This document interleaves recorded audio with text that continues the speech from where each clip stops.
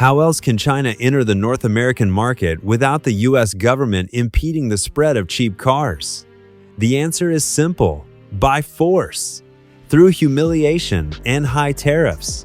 What happened before? The US imposes a massive tariff on Chinese electric cars, 102.5%.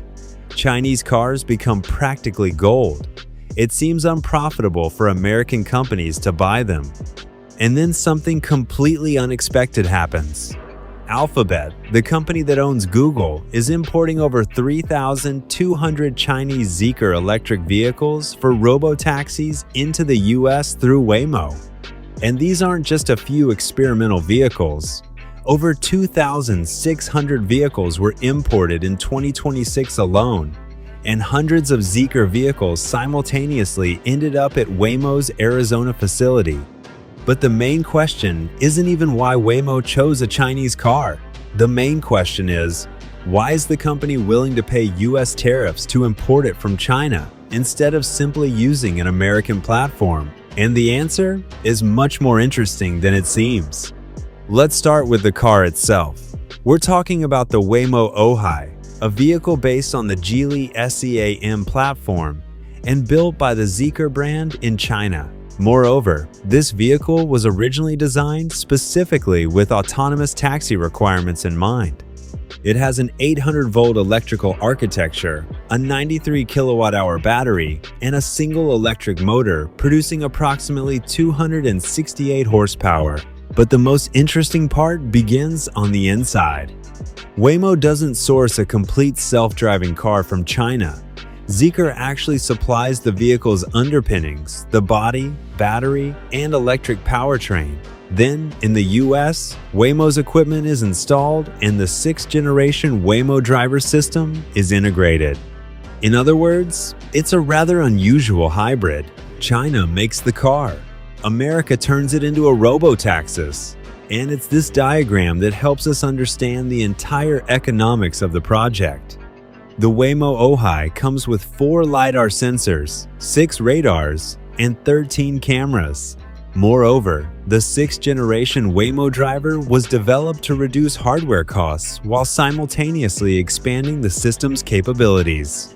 Now, let's look at the numbers, and this is where the story gets truly crazy. According to import declarations, the factory price of the Ojai chassis is approximately $38,000. $38,500.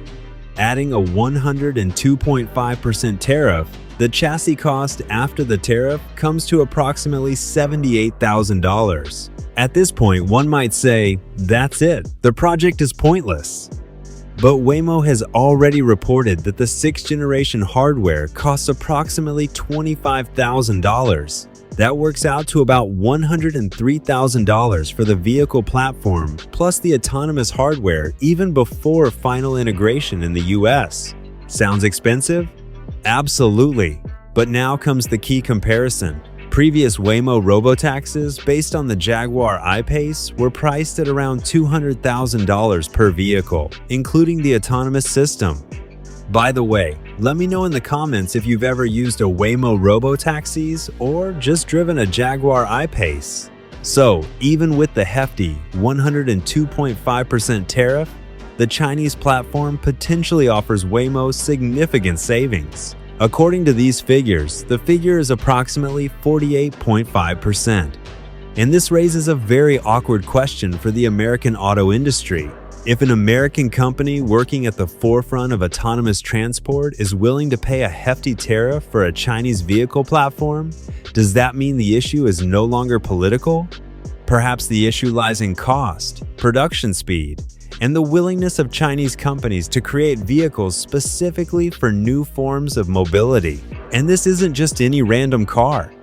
Back in 2022, the Zeekr M Vision concept, developed specifically for Waymo's autonomous transportation, was unveiled. Its production version was later released under the designation CM series.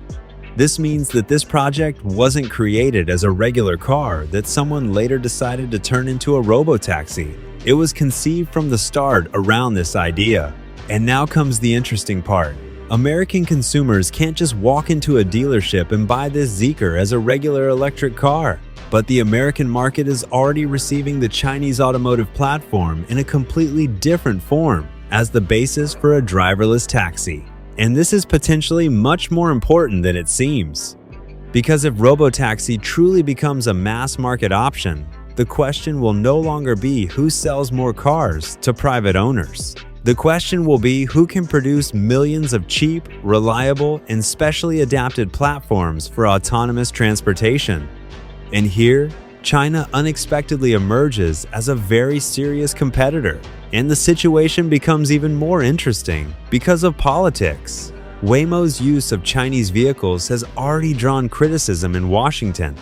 In February 2026, Senator Bernie Moreno publicly criticized the company's collaboration with Geely and Zeekr and called for restrictions on the use of Chinese automotive equipment. But despite the political wrangling, deliveries continue.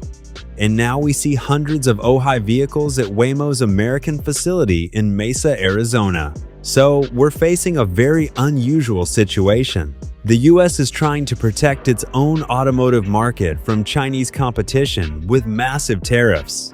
And one of the most advanced American tech companies is essentially saying, okay, we'll pay the tariff because this platform still makes economic sense. And that's perhaps the most important part of the story.